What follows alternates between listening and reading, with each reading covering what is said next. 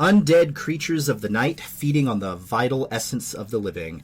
Vampires have captured the imagination of people for millennia. Popularized in large part by the works of Bram Stoker and Anne Rice, vampires have entered the modern collective consciousness as a staple of horror and dark fantasy, including the tabletop games of those respective genres such as Dungeons & Dragons and Vampire the Masquerade. Welcome back to Legends and Lore, everyone. I'm Renezuo, joined today by my fellow lore keeper Tom Sweeney, and a special guest specialized in the field of role-playing and vampires, B.Dave Walters. Glad to have you here today, bud. Glad to have you here, man. And me. Hi. That's the dozens and the dozens of my fans out there. Yeah. No. I've got tens of fans. Exactly. Yeah. Thank you guys for having me here. Obviously, vampires and the vampire mythos is very near and dear to my heart. Yeah. Sween loves them.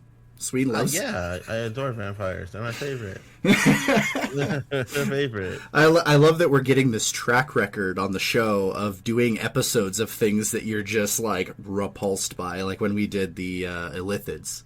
Oh, man. I like vampires more than I like Illithids. I couldn't feed a starving Lithid. I couldn't do it.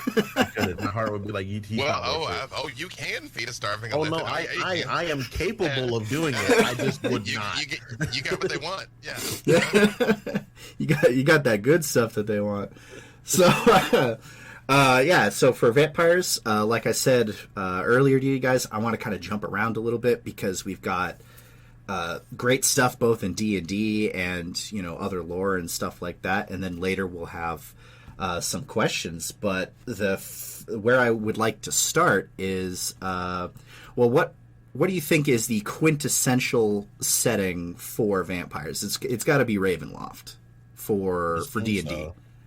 I was about to say, I mean, you got to pare that down. Yeah, for D&D. And everything. I was like Transylvania. We're just like naming places. Well, of course, in actuality, yes. Ravenloft, for certain. Yeah. Ravenloft. I mean, there was vampires back to the earliest edition of this game, back to first edition, but they were just monsters you could encounter anywhere.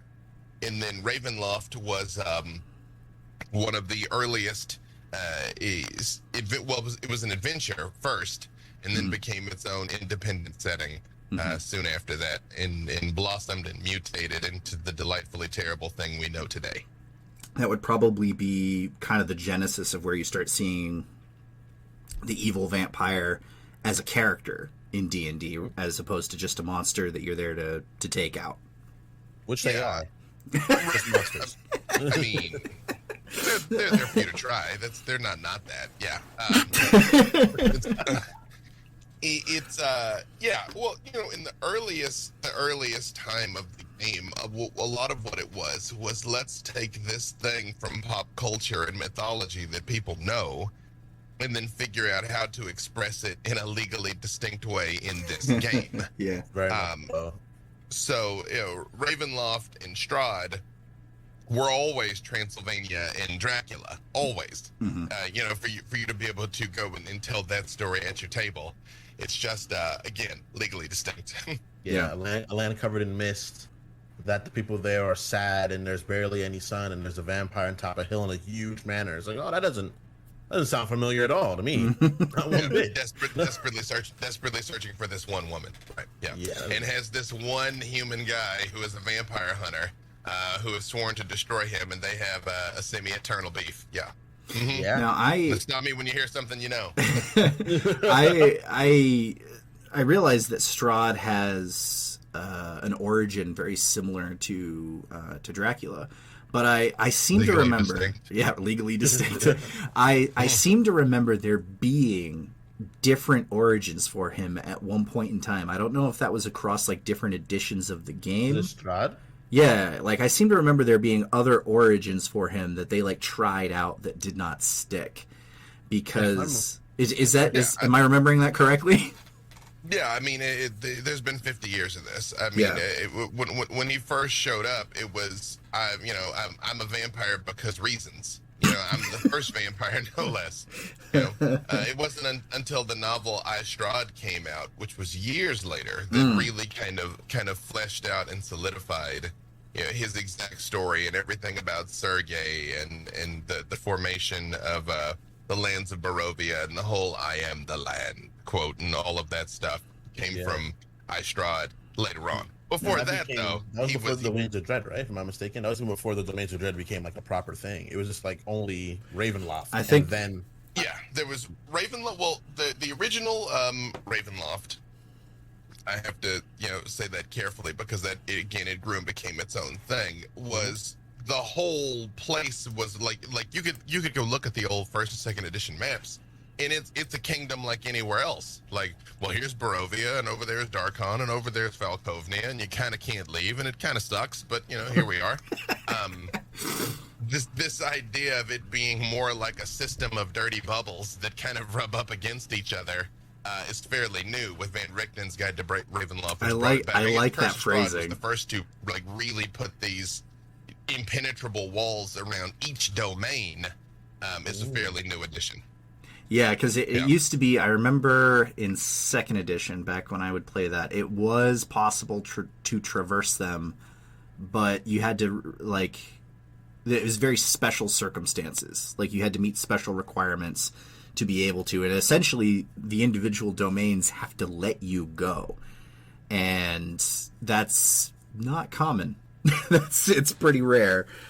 I remember reading that book I Strahd because I got really into the Ravenloft books when I was in high school, and the one that always sticks out to me is when Lord Soth gets pulled into into Barovia. Mm-hmm.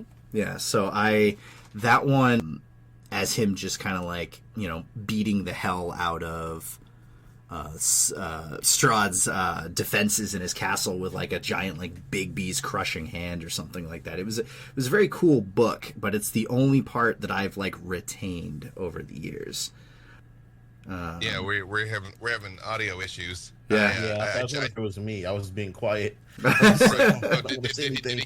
Did he kind of bottom out for a minute for you too? He did. Okay. I mean, you're recording locally, so I think your point will still be made. Yeah. But I can't respond to it. I'm just going to be like, yeah, absolutely.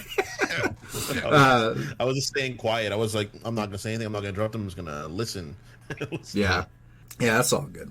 Technical issues aside, though, Ravenloft has always been kind of it was unfortunate because I feel like in 3rd edition they kind of fell off of it, and then 4th edition it didn't really exist. They didn't do anything with it. So it was one of the things about 5th edition that I liked was it coming back and getting new life breathed into it.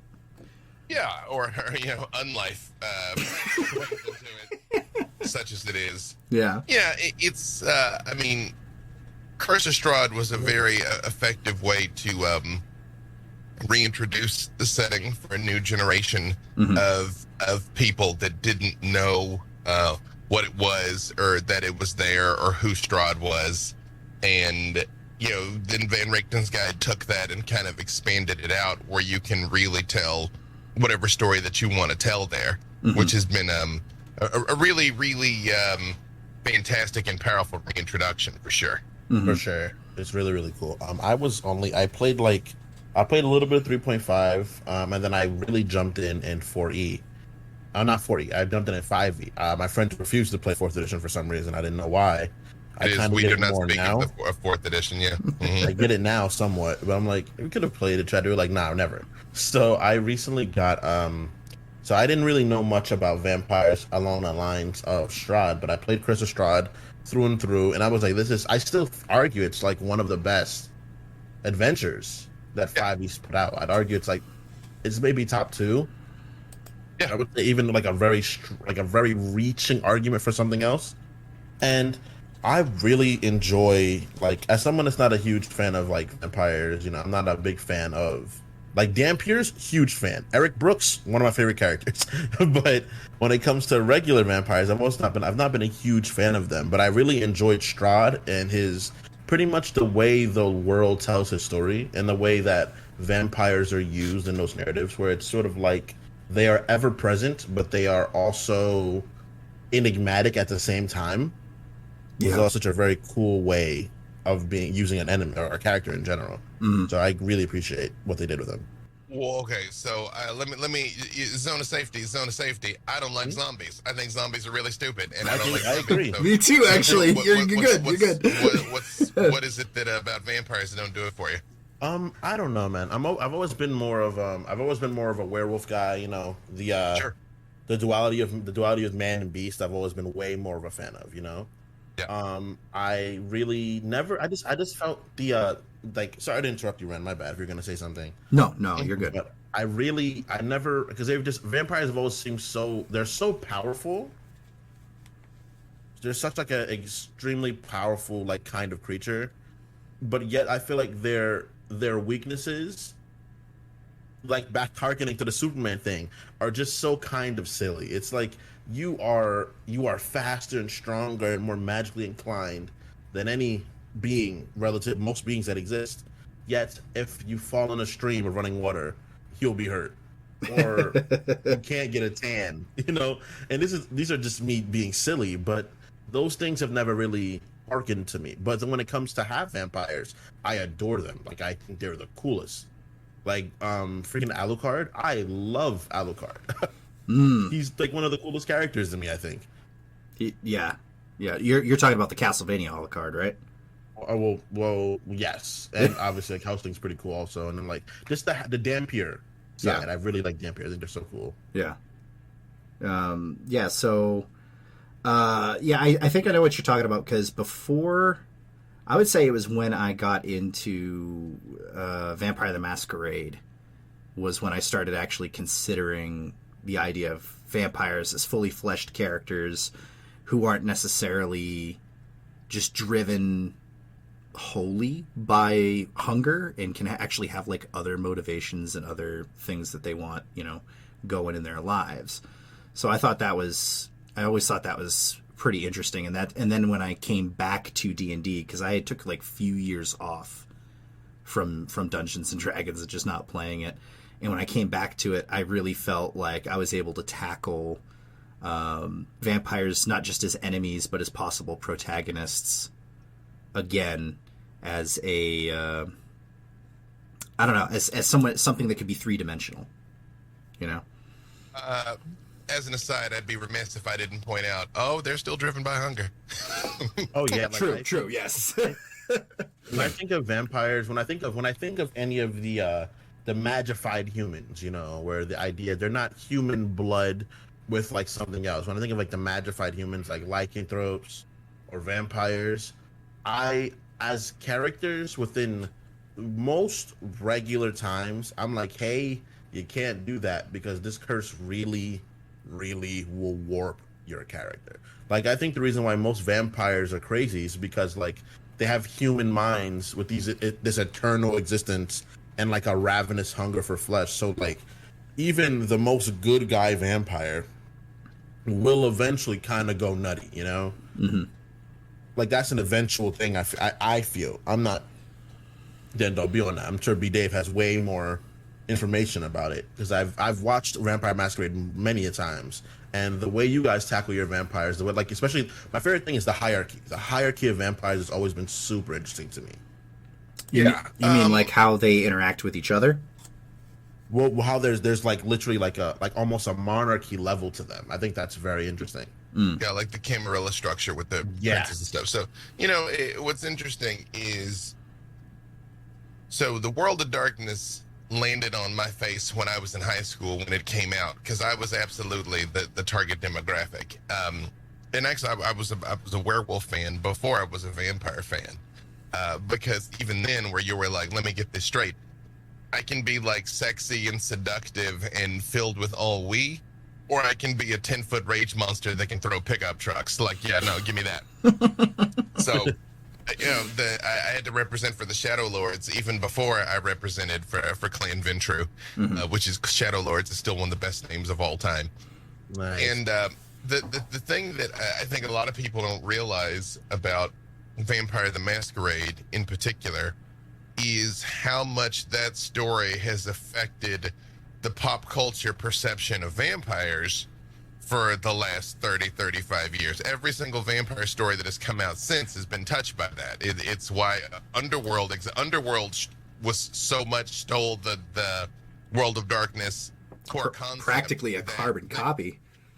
Well, they got sued the world and is lost. in darkness. They got sued and lost, yeah. They literally lost the lawsuit. That it was like, you just kind of like plagiarized all this. So, True Blood, Twilight, all of it came from Vampire the Masquerade. And one of the things that is in there, so in the game, in 5th edition, even in previous editions, but especially in 5th edition, you have a rating of humanity.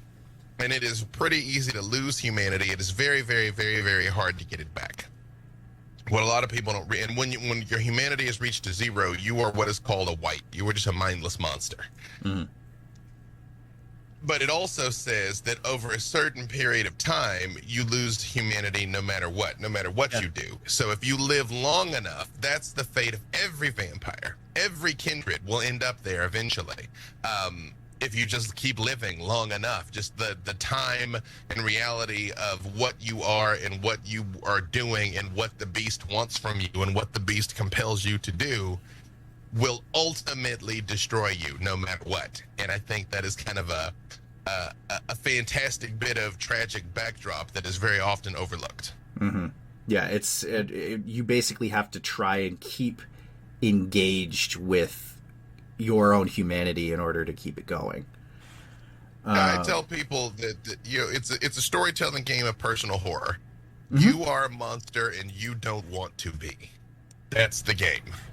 It makes sense because even if the idea of and this is a bit of a stretch, but the mentality of Dr. Manhattan, the things he does, you to a degree you transcend humanity, Yep. And the longer you are in that state, the more it's just going to get confusing because you eventually realize that this is all sort of like the squabbles we have in this world right now. Most of them are simply just ridiculous, And imagine living through dozens and dozens and dozens of them all across the world, just seeing idiocy happen over and over and over again to the point you're just people are stupid.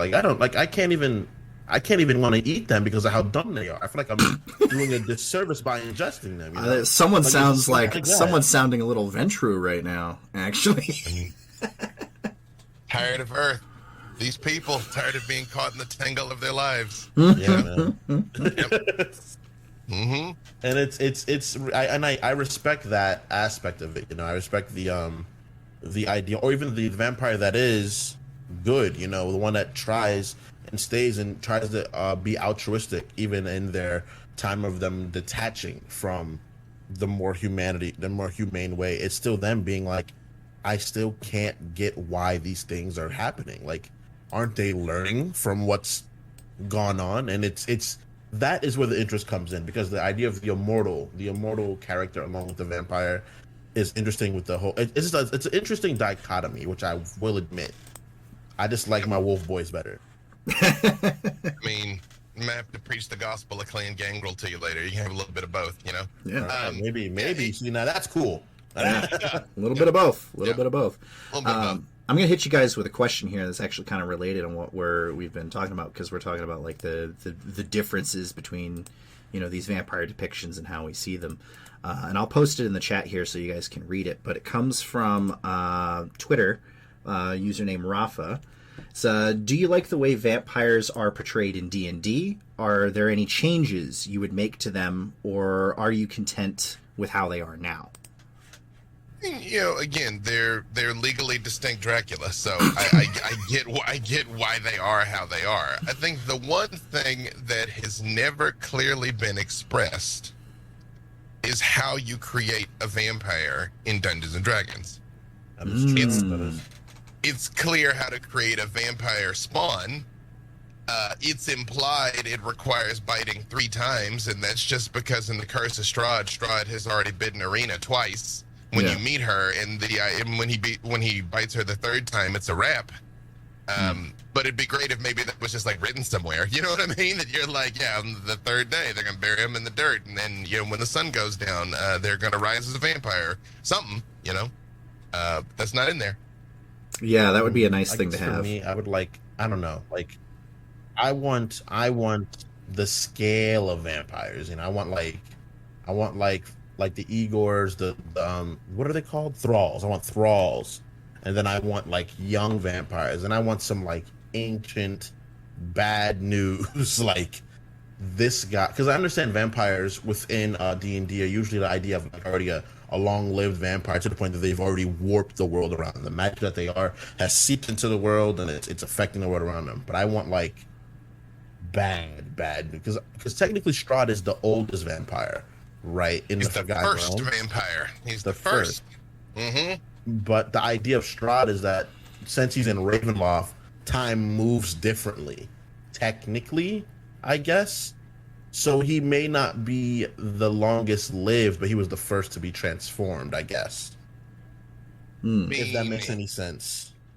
He's kind of stuck in a loop of dying and coming back again. Yeah, but he's not reaching that level of this vampire is so old, he can glamour other vampires, and I want a bad day vampire, I mean, that is still pretty much Von Zarevich. The problem is he's imprisoned both literally and figuratively. He's literally imprisoned in Barovia, and then figuratively imprisoned by his own actions. Also in D&D, the way it's set up, that niche of unstoppable undead menace is occupied by the liches. The lich is the very bad news. That's where a Sararak and Vecna, to a lesser extent,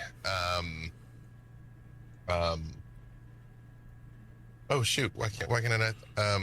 Because I know Lady Vol, I know Sararak, Vecna, and are there any of the liches? Yeah, no, this Mark plays him in my freaking show, and they're like the Aslan, you're right. Oh my gosh. I'm literally can see his face. I'm like, but you kind of the high level undead menace becomes those guys, which is if there were a way for Strahd to get loose, I think he would be a more I say a more compelling adversary, but if Strahd were to get loose, he'd no longer be Strahd. So. Yeah. He'd be kind of a reformed guy and be like, I'm just gonna go on hikes. So let's say you're running a game that deals with this. How would you have vampires, full vampires, be created in a game that you were running? If it was up to you to write that lore. I did. I had to. I would stick to I would do one of two things. Either you show up and they're already a vampire. Mm-hmm. Or I would do the 3-bite thing. Mm-hmm. I would say that probably I would stick pretty close to the traditional mythos of vampires, although, vampiric folklore varies from all over the world. A lot of people don't know that the very first vampires were actually in Sumeria. I heard that actually, yeah. But they straight up ate flesh. This idea of they only drink blood is a Victorian idea. Mm-hmm. And so that is vampires could detach their heads, right? Had wings or something like that. Yep. That's what I'm for. Yep. And in the Victorian times is when you start getting into Bram Stoker's portrayal of Dracula, when vampires started becoming more of an analog for sex. The fangs penetrating the flesh was a stand-in for other physical penetration that they couldn't really talk about openly, because pre Bram Stoker, vampires weren't sexy; they were just another monster. You were a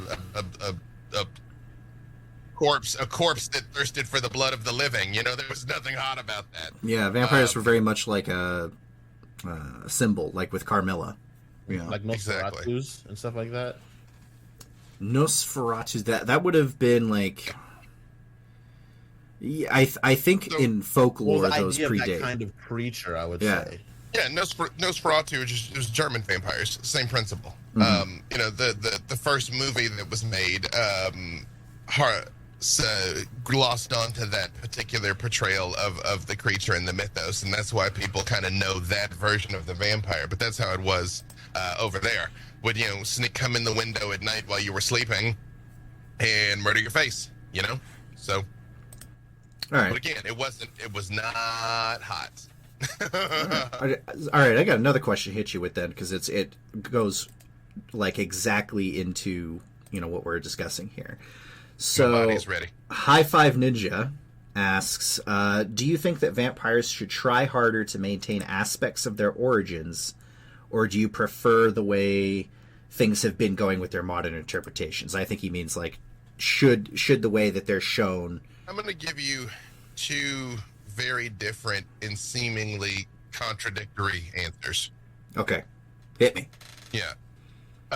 There's a very handy wiki. If you Google like a vampire traits, there's a Wikipedia page. It literally has like a spreadsheet of details about vampires from all over the world, and how they were portrayed and what works on them.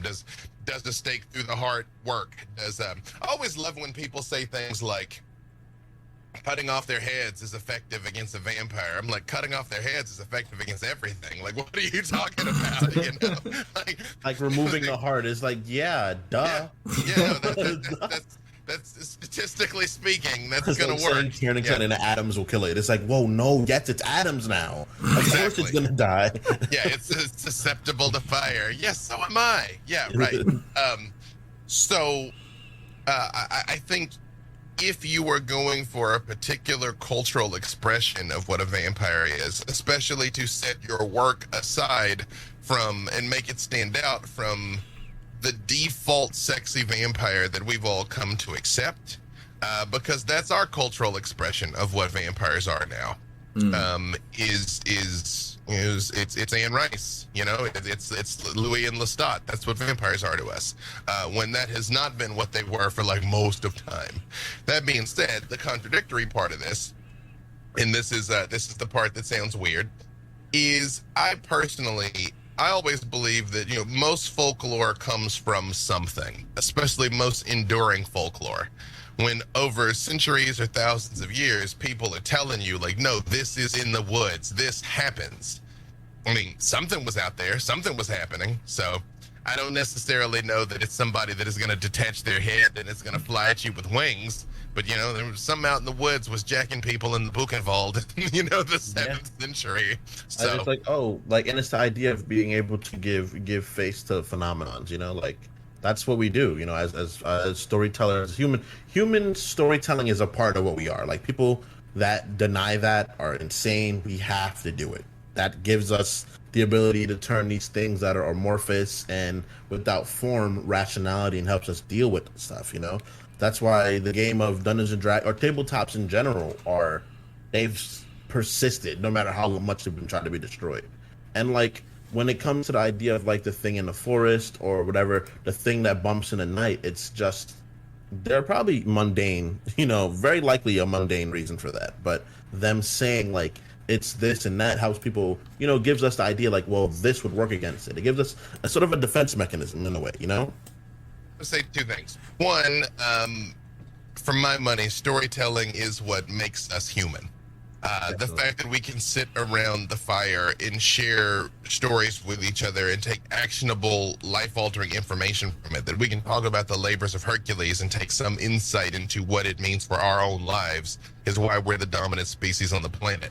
I mean, in the fullness of time, when we find out what crows and dolphins and elephants are really saying to each other, maybe they're telling stories too. But right now, every other thing we think makes us special, some other creature does except that. Now, to your point about it was probably something mundane, I wholly reject that, because these are the people that lived in those environments. I mean, they were completely aware of what a bear is and what a wolf is and what it means to get bitten by a snake. And when they're like, no, it's a different thing. we and this is the inheritance of a Western worldview, because I'm going to get in that our Western worldview is built on the idea that we are the single greatest, best and brightest thing of all time right now, and civilization and society is only moving forward and up. So as we are going upwards, we look down on everyone else that came before or lives differently than us. So it's very easy for people who've never been to the woods to be like, it was just a bear. And they're like, bitch, I know what a bear is. It's very easy to look back and be like, oh, this is ridiculous. Because it's the idea of like the thing of assuming I'm being rational, Yep. Like, I'm being rational, like, oh, like, it obviously has to be. I believe it had to be something, right? Because that's what science and everything has told me. It has to be something mundane. But I'm not going to say to this person, like, if someone came to me and it was like, yo, you're not going to believe this, but there's a 4-armed creature in the woods throwing people really high up in the air and letting them hit the floor and they die. I'd be like, that sounds crazy, but I'm not going to tell you you're wrong. You saw it. Let me be very clear about what it is that I'm claiming here. To your previous point, if you just hear something crunching in the woods, yeah, overwhelmingly likely it is something normal, and your mind can play tricks on you. All of 1,000% with you there. I'm saying when these stories persist for centuries or thousands of years of people being like, no, it is this thing. There has to be that's what I'm talking about. Yeah, I think the earliest vampire story was something's out back in the back of the house. It must be a werewolf. It's like, no, it's probably a deer. Like, it's probably a dog. Yeah. I think the earliest vampire story is like what, 1500 BC, something like that. Something like that. Sumerian, so that's around that time. Yeah. Something like that. Back. If you hang on, is this what I'm after? If you can Google just Google a list of vampire traits in folklore and fiction, and it'll come up with a pretty interesting chart of like what they. Oh, actually, hang on, that's not what I'm talking about. That's the one that's just in stories. Like hang on, I'll find it. I don't want you to listen to me. I'm in here. All right, so I mean, as far as my own, I don't think that we really need to fight too much with keeping to classic lore. I don't know if this question was born out of like Twilight, and how they kind of just take the whole of the vampire lore and throw it on its head for the purposes of this teenage romance. It feels like the question may have come from that, but I'm not sure. When it comes to massive departures like that, I do feel like maybe someone should maybe just consider naming this new thing something else rather than saying it's a vampire, but all of what you know about vampires is wrong. Because at that point, it's like, what's the point? Why are we calling it a vampire at that point? I get you. Yeah. Oh, sorry, I didn't mean to interrupt. B.Dave. I was gonna say Ultraviolet, where they were hemophages. Like you're 3/4 through the movie before you're like, wait a minute, these are vampires? Yeah. So. Yeah, I forgot about that movie. It's very true that like just have certain traits. Certain things are part of, like that's like an argument that can be made is like people are like, oh, Naruto. Those act like ninjas. It's like, well, they use ninjutsu at least, That's enough to get it by, But like, use certain traits that make like, oh, they're the sunlight thing, the blood, and maybe the strength and speed, Like, try to keep those. Those are the major through lines. Yeah. Yeah, and you don't have to do the whole water running thing because I didn't know that for a long time actually, and maybe the invitation. And other than that, you could change them up however you want, but like just because different settings require different characters, obviously, so you have to change things to make your own story somewhat. But like if I'm saying this guy's a vampire, but he shoots fireballs and he has a raccoon's tail, it's like, what about him as a vampire? He doesn't even eat people, Yeah, that's I agree. I think there's room for your interpretation of a mythos, But when you just do things like, say, we hide in the dark because we sparkle in the sunshine, I mean, that's just dumb. You know, I mean, I guess Stephanie Meyer made a couple of dollars off of it, but it's just like, what? You know? Yeah, I agree. But I mean, as long as you have some reason and rationale, and you remain internally consistent. Like I tell people this about storytelling all the time. You can do whatever you want after you establish the rules of your universe, as long as you remain consistent with the rules of your universe. Bugs Bunny can reach behind his back and pull out a mallet and hit you with it. We accept that. Superman can fire laser beams out of his eyes. We accept that. If Superman pulled a mallet from behind his back and hit you with it, we're like, what are you doing? You had that back there the whole time? Like, what's going on? Yeah. So it's just remain consistent, at least, you know? Yeah. Oh, man. The Twilight vampires are a treat. My girlfriend loved those books, and I've seen like all the movies, and I read like 2 of the books because obviously I was a young boy, and young boys would do anything. Yeah. Do anything to impress young girls. Yep. We'll do anything. We have no honor yet. We don't get it. So I remember my girlfriend right now. She read those books, and she was like, "Oh, I love Twilight so much. I want to go back and give it a read." And she read through like half the first book, and I've never seen such self-disappointment. She was like, "I thought this was good. What was wrong with me?" And I was like, "You're young, you know." From what I understand, and I've had multiple people tell me this, I will say I still can't find this dang chart that I'm looking for, but if you Google vampiric folklore by region, there's a great Wikipedia page. It'll tell you like how vampires stories have been told all over the world. But anyhow, about True Blood, one of the things that I've heard more than once is Stephanie Meyer's really captured what it felt like to be a teenage girl in love. You know, all the rest of it was secondary. Because if you think about it, the premise is laughable. That it's like, I'm like 120 years old, but I only date 18-year-olds. I'm like, I'm 44 and I wouldn't want an 18-year-old. What are you talking about? That's terrifying. Yeah, right, exactly. Like that. I mean, even let's just stop right there. But, you know, a lot of these things, you know, True Blood began as an actual Vampire the Masquerade campaign. Charlene Harris was the storyteller for Vampire that used to be on YouTube, and once the book started getting published, it got pulled down. Twilight, I was thinking 50 Shades of Grey began as Twilight fan fiction. As far as I know, Stephanie Meyers didn't play, but I mean, again, it's been ubiquitous. It was impossible to get away from this. But you know, I'm trying not to yuck anybody's yums, but I will go down a haterish path if we keep talking about True Blood and dogs and imprinting on a baby and all that other nonsense. Well, let's talk about. I got another question here as far as like internal lore remaining, you know, and kind of internally consistent. Jack the Giant Killer asks, do you like the looser lore of Requiem, or are you purely a Masquerade stan? Masquerade. Can you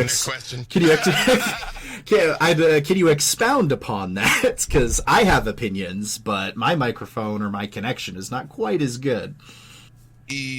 Werewolf the Apocalypse, Vampire the Masquerade, Mage the Ascension, Changeling the Dreaming, the first ones for me. You know, Changeling the Dreaming is my favorite.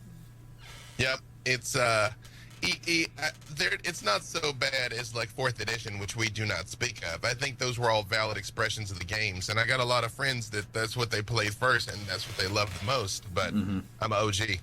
Yeah. And although I will say, Vampire the Masquerade 5th edition is the best version of the game to date, though, out of all of them. Is it based off 5e for the most part, or is it a 5th edition of Vampire the Masquerade? No, it's unrelated. It just so happens it's also the 5th edition of Vampire. Yeah. Yep. I think they really handled the advancement of time after Gehenna very effectively. You know, it's the issue is, and I have to be careful because I have a lot more visibility into the thought process that goes into the world of darkness than some other properties. So to be careful what I can and can't say. What I will say is I believe the thing that they've done the worst job of over time is it was always implied that even the books for vampire were unreliable because vampires lie. That you could read these books and you can't be sure if it's true. But unless you just hit people over the head with that repeatedly, that's not how people interact with this content. You don't pick up the Curse of Strahd and read it and be like, well, maybe that's not what happened, and you're like, no, that's what happened. It says it right there, so to have it be like, maybe it is, maybe it isn't. So for people that don't have a background in this also, so you had the World of Darkness games coming out of the 90s. And when White Wolf was going out of business, all of these games were centered around a very bad thing that was about to happen. Some sort of end times narrative. Yeah, exactly. An imminent apocalypse that your characters were fighting to try and prevent. And so when White Wolf was going out of business, they wrote endings for all of these games where it happened. And the bad thing happened. The apocalypse happened. Gehenna happened. The long winter happened. Like, everything happened. And then after that, other companies, thankfully, kind of picked up these IPs and brought them back to life again. And they couldn't just ignore the fact that, that the end of the world came. So it sort of was like, oh, well, now what? Well, it was kind of this. Well, it was kind of that. Maybe it really meant this. Maybe it really meant that. And it was just sort of like, okay, like, all right, I guess. Yeah. Yeah, one of the big things I've had with Vampire the Masquerade is I always felt like it was best run in the context of the 80s. The universe is just intent on not letting you contribute to this conversation. Yeah, it's insane. It's only when he's like, let me tell you what I think. And it's like, what if you didn't? Yeah, what if we just shut you up right now? As soon as the interview's over, though, I bet it'll be crystal clear. Oh yeah, it was crystal clear right before too. I don't know if we're connected again. I can hear you currently. All right, so I'll try and make it quick. I always really thought that Masquerade was best told in the 80s and 90s, just because the limitations for technology really helped create conflict and challenges for the characters, so once you kind of had an internet take over and become ubiquitous in society, it made certain parts of the game seem less interesting. I can verify the technology makes it harder to be a vampire. Yes. Yes, definitely. Somebody using their smartphone and being like, "Yo, why? Like, are 8 people behind you have don't show up on the selfie?" And it's like, what? We're there. I can verify. It comes up with some unintended complications. Yes. Yeah, it was one of the few things I think Requiem handled better for a little while. Anyway. Yeah, I'm not anti-Requiem. Like, I'm anti-4th edition. I'm not anti-Requiem. Just wasn't my jam. It had a great system. Its lore was just not very deep, Yeah. And it wasn't particularly well told in terms of that lore. I think it was. I won't say it was a patch to bridge over to something else, because there was no guarantee that it was going to be something else. But it was just it was a heroic and ultimately successful, I'd even say, attempt at just keeping the mythos alive. And it worked. Yeah. I've on occasion run Masquerade games, like the Masquerade lore, but with the system of Requiem, and it's actually been very fun to do. Because I thought the Requiem game system was very clean. And when it comes to running games, I actually had a question specifically here for you, B.Dave. When it comes from Blood Countess Abendroth, when planning a VTM Chronicle, roughly how much do you plan it out plot-wise versus how much of it is just improvising and going with the flow? Advantages and disadvantages, and also... Well, there's two different questions to ask there. When you say Chronicle, depends on if it's a stream or a home game. Because if it's a stream, you probably have a limitation of the episodes in the season, and you have to plan around that. If it's a home game, you don't necessarily have that constraint. And neither of those things are set in stone. At the height of my Patreon, I was running about 35 to 40 games a month. Oof. And most of those were vampire games. So what would end up happening in that context, at the beginning of the session, I would have a rough idea what was going to happen that session and what I was setting up overall. Like I knew I had this new force was coming into the city, or these machinations were playing out, and I would try and sprinkle those seeds out in such a way that would come to a meaningful head at a time that I decided. For a stream, honestly, it's the same thought process. If I know I have 10 episodes, then something interesting has to happen every week. But I look at it as I give it act breaks, like a movie has. That, I mean, if then roughly 3 episodes are act 1, roughly 4 episodes are act 2, roughly 3 episodes of the finale. And so I plan significant seismic events to kind of happen along the lines at those beats. But even if I have an idea of what's going to happen, I plan the beginning of an episode roughly where it should be by the midpoint and roughly where it should be by the end. But I don't really plan anything in the second half, because both the dice and the players will surprise and betray you. Mm-hmm. And so you just have to be ready to just yes and go with them wherever they go. Mm-hmm.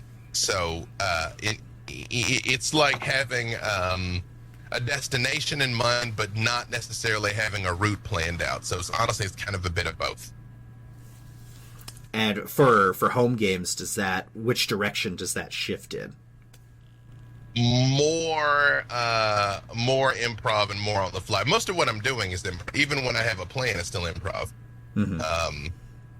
So it's so much of it is off the top of the dome in the moment. Like to do the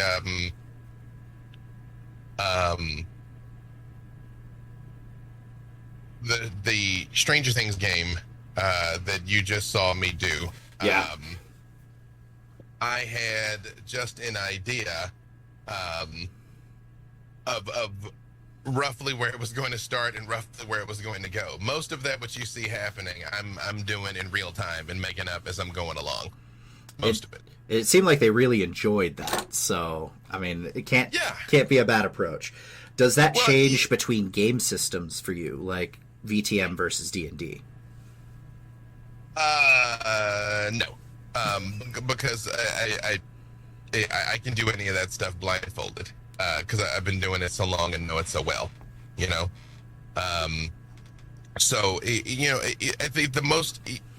I think a lot of times people over prepare, because the problem is when you over prepare, you unintentionally put guardrails on the story, and you start railroading people towards a certain thing or to do a certain thing, or they must go a certain way, when you have to be prepared to adjust to what it is the people at the table want to do and what they think is fun.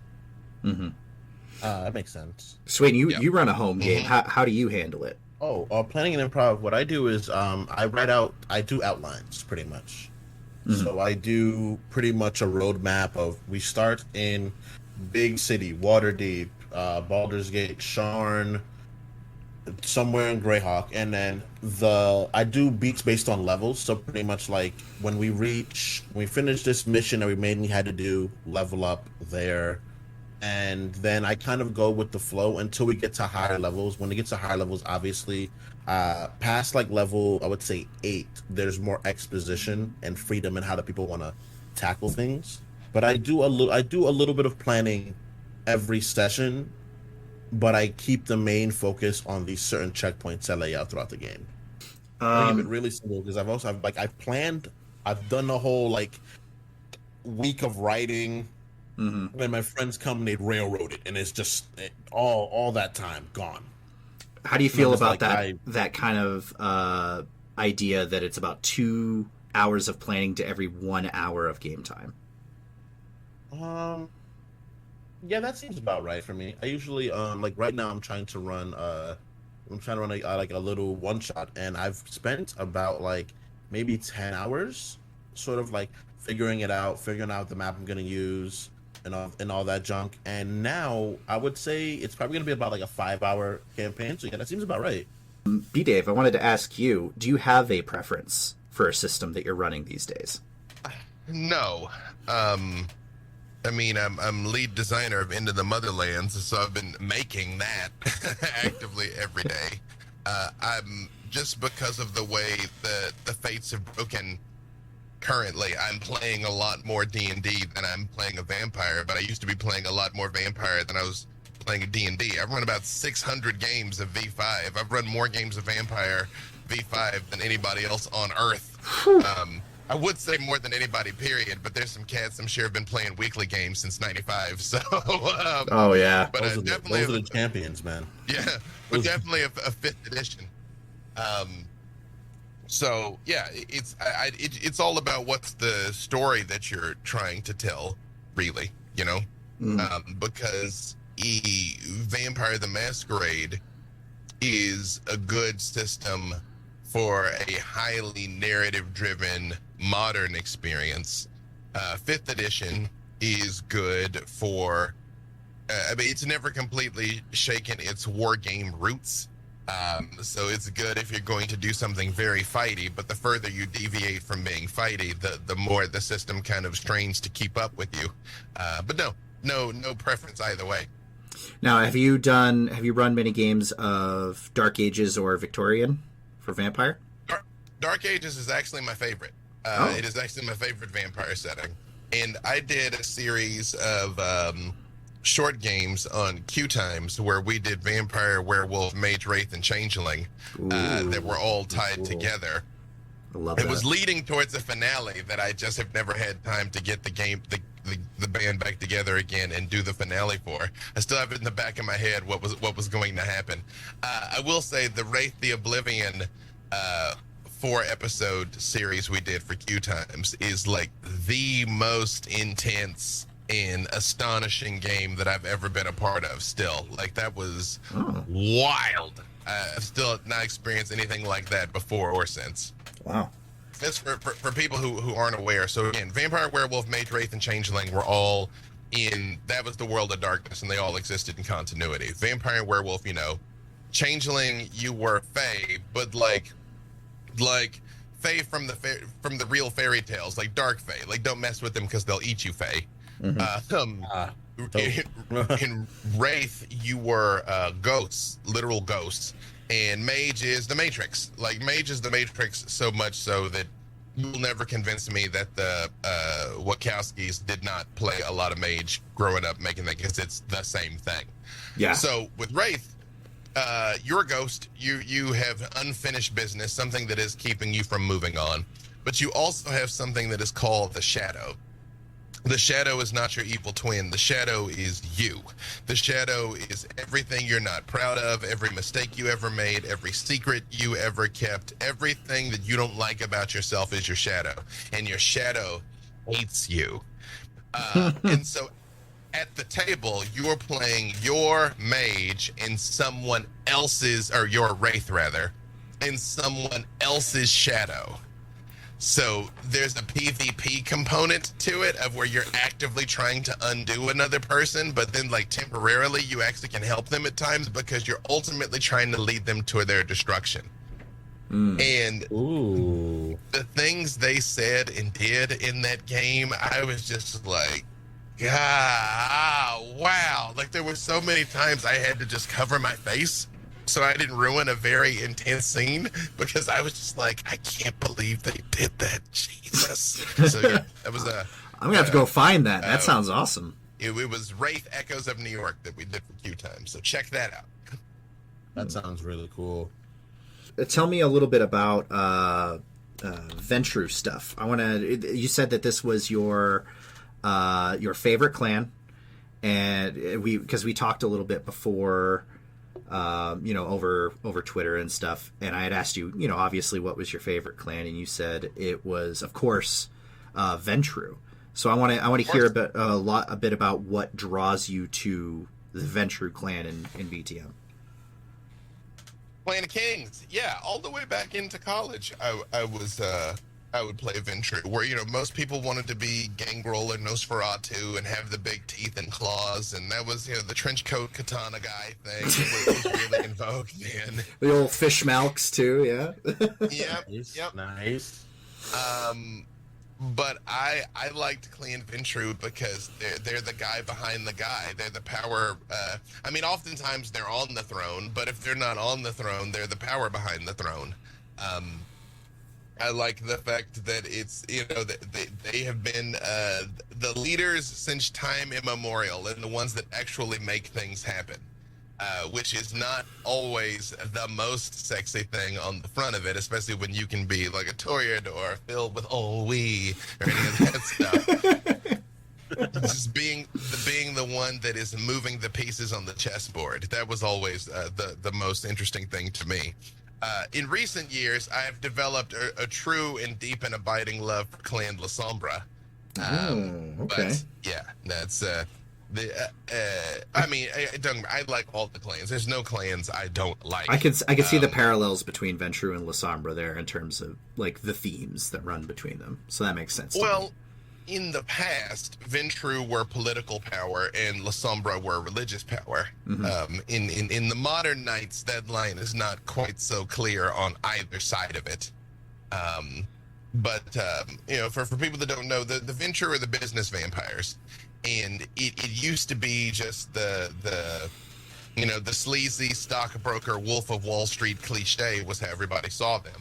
And when LA by Night was coming back, which what the point of the show was to introduce 5th edition of Vampire to a new generation of fans, I took very seriously the fact that I was going to be the face of the Clan Kings and wanted to help redefine that, which is why I was so adamant in the early seasons, for a lot of reasons, that my character Victor had made his money from just being a smart businessman and not from crime.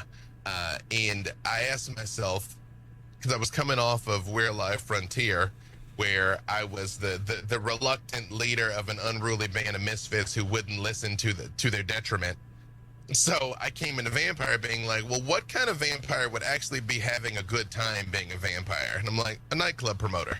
That's somebody like, this is great. So that's where that came from originally. And it was both as a Ventrue and as being a black male. I did not want to go into the cliche of rap and hip hop equals crime. So I was adamant that he didn't sell drugs, didn't do any of those things. He was just smart.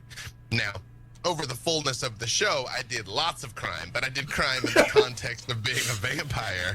There you go. That's how you offset it. That's how you offset it, man. Yeah, we learn at a young age. You got to offset it a little bit. You got to be like, oh well, I'll do bad things, but not because of this. I'm just bad. Yeah, exactly. I think I succeeded in showing the people, the different ways that the clan and leadership and all those things could manifest. For sure. So another thing, you mentioned it earlier. I kind of want a B here for this. Could you possibly try and sell Sween on Clan Gangrel? Oh, let's hear it. What's their deal? So, Gangrel are the wildest vampires. They are still the closest to nature. Most of them actually live outside. Some of them still live in the woods. All the vampires and werewolves don't get along, but werewolves and Gangrel specifically don't get along because they're like, why are you out here in the woods? What are you doing? They have a lot of the abilities. They have an ability called Protean, which is shape-shifting. So they can do things like grow teeth and claws. They can turn into wolves, or giant owls, things of that nature. And so a lot of the wildness and ferocity and rage that is present in a werewolf is very much present in Clan Gangrel, to the point that a lot of other vampires don't like them. Because they are wild and unruly and very much do their own thing. That sounds cool. Yeah. That sounds definitely like something. I like the free nature of what you're describing. I like them being like, you kind of do what we want. We don't really care what anybody else says or thinks. Yeah, if I was running a game, this is the direction I'd be pushing you in. You know, if you were to be sounds dope. at the table with me. So if I one day I've definitely watched Vampire the Masquerade like a lot. Like when it was just being like pushed on Giga Sundry, I watched it like often because I was interested. I was like, I have to at least, because I'm one of the kind of guys that if I don't like something, I want to know exactly why I don't like it. I want to understand why I don't like it, because most things are not really worth truly disliking. So I absorbed and I was like, this seems very, very cool. But these are vampires. Obviously, you know, zone of safety. You're allowed to be into what you're into, you know, and there's a chicken for every pot, such as it is. But what the point behind the World of Darkness and what makes it beautiful in the midst of its terror is the World of Darkness is this world. The gas station on the corner is there. City Hall is there. Your house is there. Everything you know and love exists. Just 30% of the people are monsters. 30%. That's you know, that's not too bad. And so it's like, what do you do? You know, knowing that when you yourself, you personally, because that's actually one of the first ways that I introduce people to the game is you personally, you know, tonight you wake up in a pool of your own sweat in your bed and there's 2 bite marks on your neck and action, we're in. You know, most vampires don't know who their sires are anyway. And it's just like, what would you personally do? You wake up and you're racked with this mind-numbing hunger and like drive to consume, and you look down at your hands and you have these long claws and sharp fangs, but someone's knocking on the door and you know it's your girlfriend. Now what? You know, that's vampire. That's vampire. That's okay. You sold me. You eventually just sold me. Hey, that's it. Sold me. I am going to hit you with this final question that was finish strong. Yeah, that was part of this last question that we had. What about are we going to be seeing an LA by Night source book coming soon, as far as 5th edition goes? You know, I open my mouth and red lasers start appearing all over me from from the Second Inquisition. So okay. I get shot up with NDA bullets. Perfect answer. Okay, so that tells us everything we need to know right there. Now, real quick, I want you to just like throw out any stuff that you want to promote, anything that you want to call attention to, and then Sween will basically take us out. Yeah, they again just did the Stranger Things one shot where I'm in D&D for the cast, which is on Netflix, Twitch, and YouTube, which was a lot of fun. Check that out. You did a great job, man. That was wild. Thank you. Yeah, wild situation. I can't believe you did that. Awesome. I appreciate it. It was a whole lot of fun. And then Wednesday nights, Legends of the Multiverse on D&D, Twitch, and YouTube. Thursday nights, Black Dice Society, my show on D&D, Twitch, and YouTube. And all sorts of random things here and there. And you can find me all over the interwebs, wherever fine streaming content can be located at B.Dave Walters. Well, thank you guys for tuning in to yet another episode of Legends and Lore. Thank you, B.Dave, again for stopping by. As always, a pleasure. And we will be seeing you guys soon.